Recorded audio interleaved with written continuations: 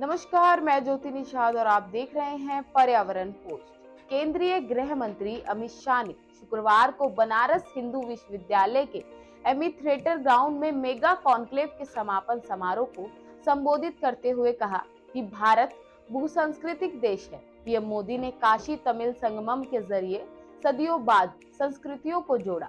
शाह ने कहा, प्रधानमंत्री नरेंद्र मोदी ने काशी तमिल संगमम का आयोजन करके भारत की सांस्कृतिक एकता के पूर्ण जागरण के लिए एक महान प्रयास किया है।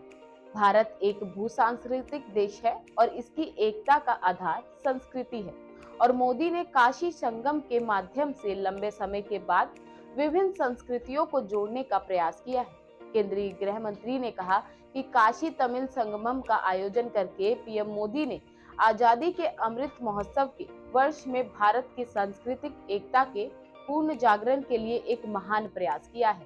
काशी तमिल संगम ने भारत की संस्कृति के दो शिखरों के बीच सेतु बनाकर दूरी को समाप्त किया है। मित्रों, आज मैं एक संदेश देना चाहता हूं। विश्वास और प्रेम में एक समानता है। दोनों को जबरदस्ती पैदा नहीं किया जा सकता। विश्वास अगर अर्जित करना है तो विश्वास रखना चाहिए।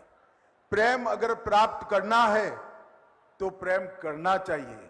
और आज ये काशी तमिल संगमम ने ये दोनों संस्कृतियों के बीच में विश्वास और प्रेम का एक नया माहौल खड़ा करने का काम किया है। मैं मानता हूं ये आजादी के अमृत महोत्सव के वर्ष की सबसे बड़ी उपलब्धि है।